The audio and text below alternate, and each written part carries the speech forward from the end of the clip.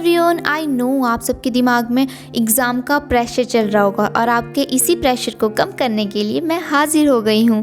तो ये वीडियो मेरी एग्ज़ाम से रिलेटेड है। एग्ज़ाम की रूटीन और टिप्स और हैक्स मैं आप सबके साथ शेयर करूँगी जो कि आपके एग्ज़ाम के प्रेशर को कम कर देंगे और आपको एग्ज़ाम में टॉपर भी बना सकते हैं। तो लेट्स स्टार्ट द वीडियो। तो एग्ज़ाम की बात हो रही है तो चलो शुरुआत करते हैं स्टडी टेबल से। ये है मेरा स्टडी टेबल और मैंने अपने स्टडी टेबल को कुछ इस तरह से डेकोरेट करके रखा है। ये कुछ शो पीस रखे हैं मैंने, मुझे ये बहुत ज़्यादा पसंद है और इनसे मुझे पॉजिटिव वाइब्स भी आती हैं। और ये एक ड्रीम कैचर लगाया हुआ है मैंने ताकि मेरे ड्रीम्स को जल्दी जल्दी कंप्लीट कर दे। और ऐसी छोटी मोटी चीज़ें मैं हमेशा यूज़ करती रहती हूँ ताकि इन्हें यूज़ करने के बहाने ही मैं पढ़ने बैठ सकूँ। और अपनी किट में मैं हमेशा अपने बाबा जी की फ़ोटो रखती हूँ ताकि इनका आशीर्वाद हमेशा मेरे साथ बना रहे।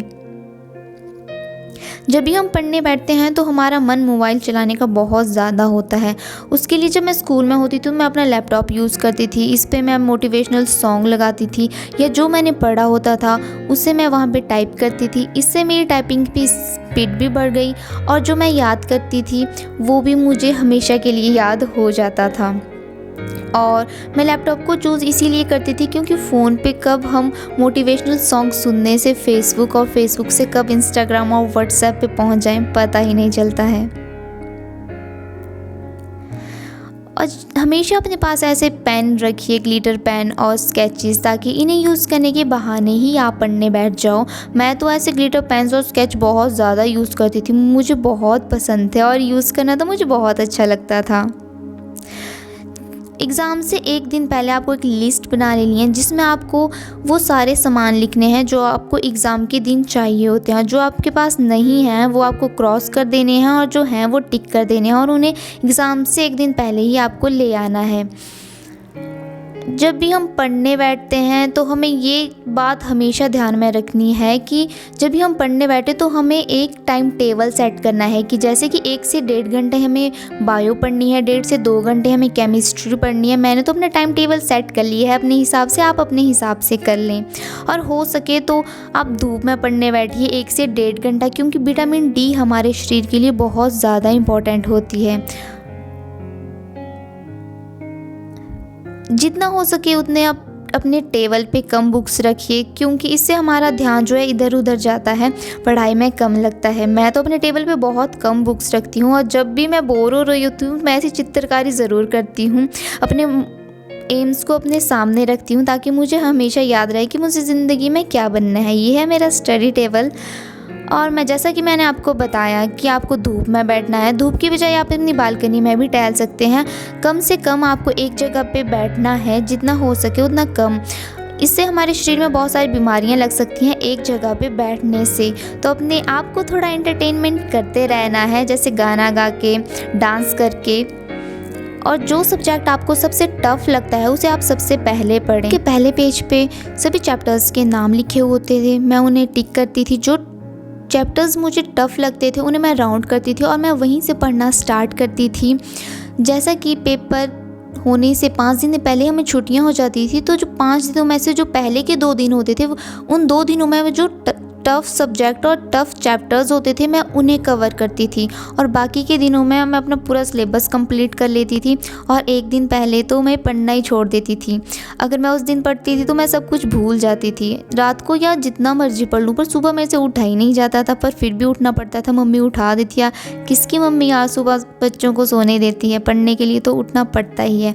और आप भी रूटीन बना लीजिए सुबह जल्दी उठने की और इसी के साथ अपनी बॉडी को भी हाइड्रेट करते रहिए, पानी पीते रहिए, अपनी बॉडी का ध्यान रखिए। एग्ज़ाम के दिनों में अक्सर क्या होता है कि हम बीमार पड़ जाते हैं।